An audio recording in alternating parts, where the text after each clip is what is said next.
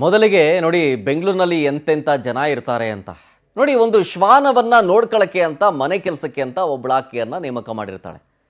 ಆ ಮನೆ ಗೆಲಸದಾಕೆಯ ರಾಕ್ಷಸಿ ಕೃತ್ಯಕ್ಕೆ ಪಾಪ ಮುದ್ದು ಪುಟ್ಟ ಶ್ವಾನ ಬಲಿಯಾಗತ್ತೆ. ಬೆಂಗಳೂರಿನ ಬಾಗ್ಲೂರಿನಲ್ಲಿರೋ ಅಪಾರ್ಟ್ಮೆಂಟ್ ಒಂದರಲ್ಲಾಗಿರೋ ಘಟನೆ ಇದು. ಲಿಫ್ಟ್ನಲ್ಲಿ ಆ ಮಹಿಳೆ ಕೃತ್ಯಕ್ಕೆ ಪಾಪ ಮುದ್ದು ಶ್ವಾನ ಮೃತಪಟ್ಟಿದೆ. ಮನೆ ಕೆಲಸದ ಮಹಿಳೆ ಪುಷ್ಪಲತಾ ಸಾಕು ನಾಯಿಯನ್ನ ಕೊಂದಿರೋಳು. ನಾಯಿಯನ್ನ ನೆಲಕ್ಕೆ ಬಡಿದು ಕೊಂದು ಹಾಕಿದ್ದಾಳೆ ಅವಳು. ಗೂಫಿ ಅಂತ ಹೆಸರಿಟ್ಟಿದ್ದಂತಹ ಶ್ವಾನ. ಆ ಶ್ವಾನವನ್ನ ನೋಡ್ಕೊಳ್ಳಕ್ಕೆ ಬಂದಾಕೆಯಿಂದಲೇ ಕೃತ್ಯ ಎಸಗಿರೋದು. ಅವಳ ಹೆಸರು ಪುಷ್ಪಲತಾ ಅಂತ. ಈಗ ಆಕೆಯ ವಿರುದ್ಧ ದೂರು ದಾಖಲಾಗಿದೆ. ಮೂಕ ಜೀವದ ಮೇಲೆ ಎಂಥ ಕ್ರೌರ್ಯವನ್ನ ಮೆರೀತಾರೆ ನೋಡಿ, ಎಂತೆಂಥ ಜನ ಇರ್ತಾರೆ ಅಂತ. ಅಕ್ಟೋಬರ್ 31ನೇ ತಾರೀಕು ನಡೆದಿರೋ ಕೃತ್ಯ. ಕಂಪ್ಲೇಂಟ್ ದಾಖಲಾಗಿದೆ. ನಾಯಿ ಮರಿಯನ್ನ ಕೊಂದು ಬಿದೋಯ್ತು, ಹಂಗೇನೆ ತಾನೇ ಬಿದೋಯ್ತು, ಕೆಳಗಡೆ ಸತ್ತೋಯ್ತು ಅಂತ ಕತೆ ಕಟ್ತಾಳೆ. ಆದರೆ ಲಿಫ್ಟ್ನಲ್ಲಿರೋ CCTV ಕ್ಯಾಮರಾದಲ್ಲಿ ಆ ದೃಶ್ಯವನ್ನು ನೋಡಿದ ತಕ್ಷಣ ಆ ಶ್ವಾನದ ಮಾಲಕಿಗೆ ಅರ್ಥ ಆಗುತ್ತೆ ಈಕೆಯ ಮನಸ್ಥಿತಿ, ಇವಳು ಎಂಥವಳು ಅನ್ನೋದು ಗೊತ್ತಾಗುತ್ತೆ. ನೋಡಿ, ಆ ನಾಯಿಯನ್ನು ಕೊಂದವಳು, ನಾಯಿ ಕೊಂದಾಕೆ. ಆ CCTV ವಿಷನ್ಸ್ ನೋಡಿದ್ರೆ ಗೊತ್ತಾಗುತ್ತೆ. ಮೈ ಜುಮ್ ಅನ್ನುತ್ತೆ ಒಂದು ಕ್ಷಣ, ಜೊತೆಗೆ ರಕ್ತ ಕುದಿಯತ್ತೆ. ಮನುಷ್ಯತ್ವವೂ ಇಲ್ಲದ ಪ್ರಾಣಿ ಅಂತಂದರೆ ಈಕೆಯೇ.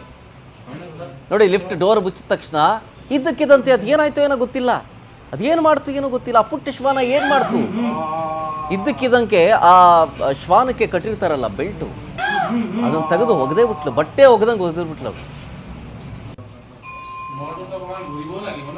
ಆ ರಭಸಕ್ಕೆ ಪಾಪ ಆ ಮುದ್ದು ಶ್ವಾನ ಮರಿ, ಪುಟ್ಟ ಶ್ವಾನ ಮರಿ ಸಾವನ್ನಪ್ಪಿಡುತ್ತೆ. ಆಮೇಲೆ 2 ನಾಯಿ ಮರಿ ಇದೆ ಅಲ್ಲಿ. ಆಕೆ ಇಟ್ಕೊಂಡಿರೋದು 2 ನಾಯಿ ಮರಿಗಳನ್ನು. ಒಂದು ನಾಯಿ ಮರಿನ ಹಿಂಗೆ ಮಾಡ್ತಾಳೆ ಪಾಪ, ಇನ್ನೊಂದು ನಾಯಿ ಮರಿ ಲಿಫ್ಟ್ನಲ್ಲಿ ಸೈಡಲ್ಲೆಲ್ಲೋ ಮೂಲೆಯಲ್ಲಿ ನಿಂತ್ಕೊಳ್ಳುತ್ತೆ.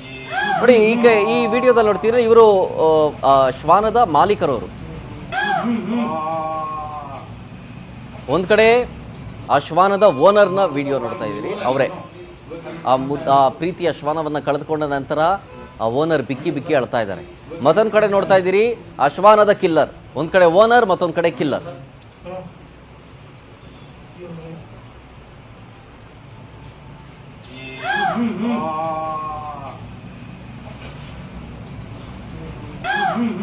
ನೋಡಿ,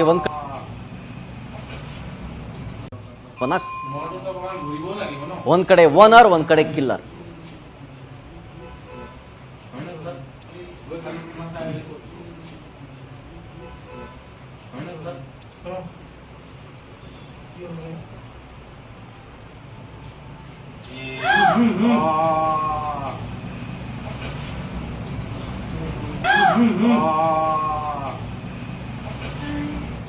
My only sunshine, you make my sunshine.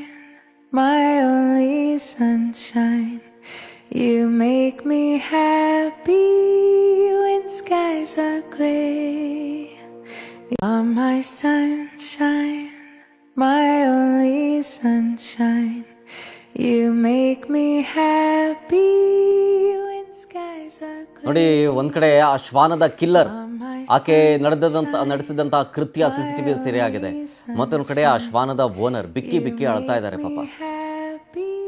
ತಾನು ಸಾಕಿದಂತಹ ಮುದ್ದು ಶ್ವಾನ, ಆ ಶ್ವಾನವನ್ನ ಅದನ್ನ ನೋಡ್ಕೊಳಕ್ ಬಂದವಳಿಂದಲೇ ಮರಣವನ್ನಪ್ಪುತ್ತೆ ಅಂತಂತಂದ್ರೆ ಯಾರು ಕೂಡ ಊಹೆ ಮಾಡಿರ್ಲಿಲ್ಲ. ಗೂಫಿ ಅಂತ ಹೆಸರಿಟ್ಟಿದ್ರು ಪ್ರೀತಿಯಿಂದ ಓನರ್. ಪಾಪ ಆ ಗೂಫಿ ಇನ್ನಿಲ್ಲ. ನಿಜಕ್ಕೂ ಆ ಶ್ವಾನದ ಮರಿಯನ್ನ ಕಳ್ಕೊಂಡಂತ ದುಃಖ ಶ್ವಾನವನ್ನ ಸಾಕಿರೋರಿಗೆ ಗೊತ್ತಿರುತ್ತೆ.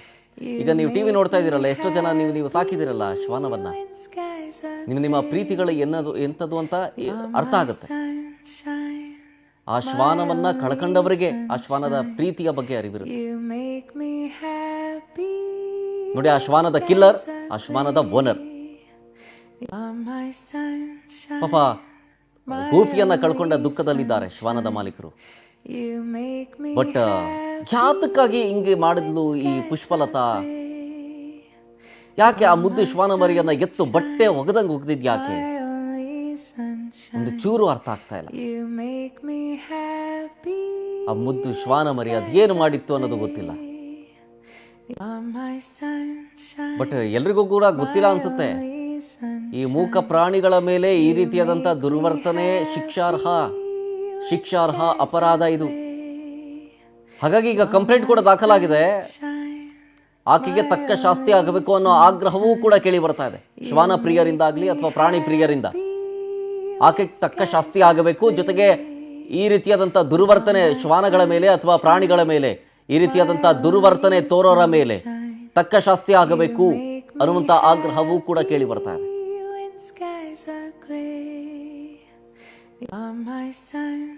ಇದೆಲ್ಲವೂ ಆಗಿದ್ದು ಅಕ್ಟೋಬರ್ 31ನೇ ತಾರೀಕು. ಕಂಪ್ಲೇಂಟ್ ದಾಖಲಾಗಿದೆ. ಸಿಸಿಟಿವಿ ಆಧಾರದ ಮೇಲೆ ಆಕೆಯ ವಿಚಾರಣೆಗೆ ಒಳಪಡಿಸಲಾಗಿದೆ. ಇನ್ನಷ್ಟು ಮಾಹಿತಿ ಕೊಡ್ತಾರೆ ನಮ್ಮ ಪ್ರತಿನಿಧಿ ಸುಷ್ಮಿತಾ ಪೂಜಾರಿ ಲೈವ್ನಲ್ಲಿ. ಸುಷ್ಮಿತಾ, ನಿಜಕ್ಕೂ ಈ ರೀತಿಯಾದಂಥ ವರ್ತನೆ ನಿಜಕ್ಕೂ ನೋಡ್ತಾ ಇದ್ದಾರೆ ರಕ್ತ ಕುದಿಯುತ್ತೆ. ಯಾಕಾಗಿ ಮಾಡಿದ್ಲು ಪುಷ್ಪಲತಾ? ಶರತ್, ಎಲ್ಲೋ ಒಂದ್ ಕಡೆ ಮನುಷ್ಯ ಎಷ್ಟು ಕ್ರೂರಿ ಅನ್ನೋದು ಪದೇ ಪದೇ ಸಾಬೀತಾಗ್ತಾ ಇರುವಂತದ್ದು. ಇಷ್ಟು ದಿನ ಮನುಷ್ಯನ ಮೇಲೆ ದ್ವೇಷವನ್ನ ತೀರ್ಸ್ಕೊಳ್ತಿದ್ದ, ಈಗ ಮನುಷ್ಯ ತನ್ನ ಸ್ವಾರ್ಥವನ್ನ ದ್ವೇಷವನ್ನ ಈಗ ಮೂಕ ಪ್ರಾಣಿಗಳ ಮೇಲೂ ಕೂಡ ತೋರಿಸ್ಕೊಳ್ಳಿಕ್ಕೆ ಶುರು ಮಾಡಿರುವಂತದ್ದು. ಅದರಲ್ಲೂ ಕೂಡ ನಾವು ಗಮನಿಸ್ತಾ ಇರಬಹುದು, ಒಂದು ಪುಟ್ಟ ನಾಯಿ ಮರಿಯನ್ನ ಹೇಗೆ ಮಹಿಳೆಯೊಬ್ಬಳು ಅಂದ್ರೆ ರಾಶಿ ಪೂಜಾರಿ ಅನ್ನುವರಿಗೆ ಸೇರಿರುವಂತಹ ನಾಯಿ ಮರಿ ಇದಾಗಿರುತ್ತೆ. ಗೂಫಿ ಅನ್ನುವ ಹೆಸರಿನ ನಾಯಿ ಮರಿ ಇದು. ಈ ಒಂದು ನಾಯಿ ಮರಿಯನ್ನ ಸಾಕ್ಲಿಕ್ಕೆ ಪುಷ್ಪಲತಾ ಅನ್ನೋರ್ನು ಕೂಡ ನೇಮಕ ಮಾಡ್ಕೊಂಡಿರ್ತಾರೆ. ಹಾಗೆ ಪುಷ್ಪಲತಾ ಅವರು 24x7 ಏನು ನಾಯಿಯನ್ನ ನೋಡ್ಕೊಳ್ಳುವಂತಹ ಕಾರ್ಯ ಇರುತ್ತೆ. ಸೊ ಹೀಗಾಗಿ ಮನೆಯಲ್ಲೇ ಅವ್ರಿಗೆ ಒಂದು ರೂಮ್ ಕೂಡ ಇವರು ಕೊಟ್ಟಿರ್ತಾರೆ. ಆದ್ರೆ ಆ ಒಂದು ಮಹಿಳೆ ಈ ಒಂದು ನಾಯಿ ಮರಿ ಜೊತೆಗೆ ಮತ್ತೊಂದು ನಾಯಿ ಮರಿಯನ್ನ ಲಿಫ್ಟ್ ಅಲ್ಲಿ ಕರ್ಕೊಂಡು ಹೋಗಿ, ಹೇಗೆ ಬಟ್ಟೆಯನ್ನ ಹೋಗಿಬೇಕಾದ್ರೆ ನಾವು ಮೇಲಿಂದ ಎತ್ತು ಹೋಗಿರ್ತೀವೋ ಅದೇ ರೀತಿಯಲ್ಲಿ ಲಿಫ್ಟ್ ಅಲ್ಲಿ ಆ ಒಂದು ನಾಯಿ ಮರಿಗೆ ಕಟ್ಟಿದಂತಹ ದಾರವನ್ನ ಹಿಡಿದು ಆ ಒಂದು ನಾಯಿ ಮರಿಯನ್ನ ಎತ್ತು ಹೋಗ್ದಿರುವಂತದ್ದು. ಹೀಗಾಗಿ ನಾಯಿಯ ತಲೆಗೆ ತೀವ್ರವಾಗಿ ಪೆಟ್ಟು ಬಿದ್ದು ಆ ಒಂದು ನಾಯಿ ಸಾವನ್ನು ಕೂಡ ನಪ್ಪಿರುವಂತದ್ದು. ಹಾಗೆ ಸಾವಿನಪ್ಪಿದ ನಂತರ ಆ ಒಂದು ನಾಯಿನ ತೆಗೆದುಕೊಂಡು ಹೋಗಿ ಫ್ಲೋರಿಂದ ಕೆಳಗೂ ಕೂಡ ಬಿಸಾಕಿರುವಂತದ್ದು. ಇದನ್ನ ಕಂಡಂತಹ ಅಂದ್ರೆ ನಾಯಿ ಏಕಾಏಕಿ ಫ್ಲೋರಿನ ಅಂದ್ರೆ ನಾಯಿಯನ್ನ 24 ಅವರ್ಸ್ ಕೂಡ ಈ ಒಂದು ಪುಷ್ಪ ಅವರು ನೋಡ್ಕೊಳ್ತಾ ಇರೋದ್ರಿಂದ ನಾಯಿ ಏಕಾಏಕಿ ಹೇಗೆ ಬಿತ್ತು ಅಂತ ಹೇಳಿ ಇವರು ಒಂದು ಚೆಕ್ ಅನ್ನ ಮಾಡ್ತಾರೆ. ಆ ಒಂದು ಚೆಕ್ ಮಾಡುವಂತಹ ಸಂದರ್ಭದಲ್ಲಿ ಸಿಸಿಟಿವಿ ಫುಟೇಜ್ ಅನ್ನು ಕೂಡ ಗಮನಿಸ್ತಾರೆ. ಆ ಫುಟೇಜ್ ಅನ್ನ ಗಮನಿಸಿದಾಗ ನಿಜಕ್ಕೂ ಕೂಡ ರಾಶಿ ಆಗಿರ್ಬೋದು, ರಾಶಿಯ ಕುಟುಂಬದವರಿಗೆ ಒಂದು ರೀತಿಯಲ್ಲಿ ಆಘಾತ ಆಗತ್ತೆ. ಯಾಕಂತ ಹೇಳಿದ್ರೆ ತಾವು ನಂಬಿ ಕೆಲಸವನ್ನ ಕೊಟ್ಟು ನಾಯಿ ಮರಿಗಳನ್ನ ಅವರ ಕೈಗೆ ಒಪ್ಪಿಸಿರ್ತಾರೆ. ಆದ್ರೆ ಆ ಒಂದು ನಾಯಿ ಮರಿಯನ್ನ ಪುಷ್ಪಲತಾ ಅವರು ವಿಕೃತಿಯಾಗಿ ಸಾಯಿಸಿರುವಂತದ್ದು. ಹೀಗಾಗಿ ಸದ್ಯ ಈ ಒಂದು ವಿಚಾರವಾಗಿ ಅವರು ಒಂದು ದೂರನ್ನ ದಾಖಲಿಸಲು ಕೂಡ ಮುಂದಾಗಿರುವಂತಹದ್ದು. ಅಕ್ಟೋಬರ್ 31ನೇ ತಾರೀಕು ಬಾಗ್ಲೂರಿನ ಅಪಾರ್ಟ್ಮೆಂಟ್ ಅಲ್ಲಿ ಈ ಒಂದು ಘಟನೆ ನಡೆದಿರುವಂತದ್ದು. ಸದ್ಯ ರಾಶಿ ಅವರು ಅವರ ವಿರುದ್ಧ ದೂರನ್ನು ದಾಖಲಿಸಕ್ಕೂ ಕೂಡ ಮುಂದಾಗಿದ್ದಾರೆ. ಶರತ್, ಜೊತೆಗೆ ಈಗ ಪ್ರಾಥಮಿಕ ಹಂತದ ಈಗ ಕಂಪ್ಲೇಂಟ್ ಆಗಿದೆ ಅಂತ ಹೇಳ್ತಾ ಇದ್ರಿ. ಈಗ ಪ್ರಾಥಮಿಕ ಹಂತದಲ್ಲಿ ಆಕೆಯನ್ನ ಕರೆದು ವಿಚಾರಣೆ ಮಾಡುವಂತ ಪ್ರಯತ್ನಗಳಾಗಿದೆಯಾ? ಜೊತೆಗೆ ಮನೆಗೆಲಸದವರನ್ನ ಈಗ ಓನರೇ ವಿಚಾರಿಸಿದಂಗೆ ಈಗ ಎಲ್ಲೋ ಬೀಳ್ತು ಹಂಗೆ ಹಿಂಗೆ ಅಂತ ಕೇಳಿದ್ರು. ಸಿಸಿಟಿವಿ ಚೆಕ್ ಮಾಡಿದಾಗ ಎಲ್ಲವೂ ಗೊತ್ತಾಯ್ತು. ಅದಾದ್ಮೇಲೆ ಏನಾದ್ರು ಕೇಳಿದ್ರ ಯಾಕೆ ಹಿಂಗ್ ಮಾಡಿದೆ ನೀನು ಅಂತ ಹೇಳಿ ಓನರ್ ಕಿಲ್ಲರ್ಗೆ?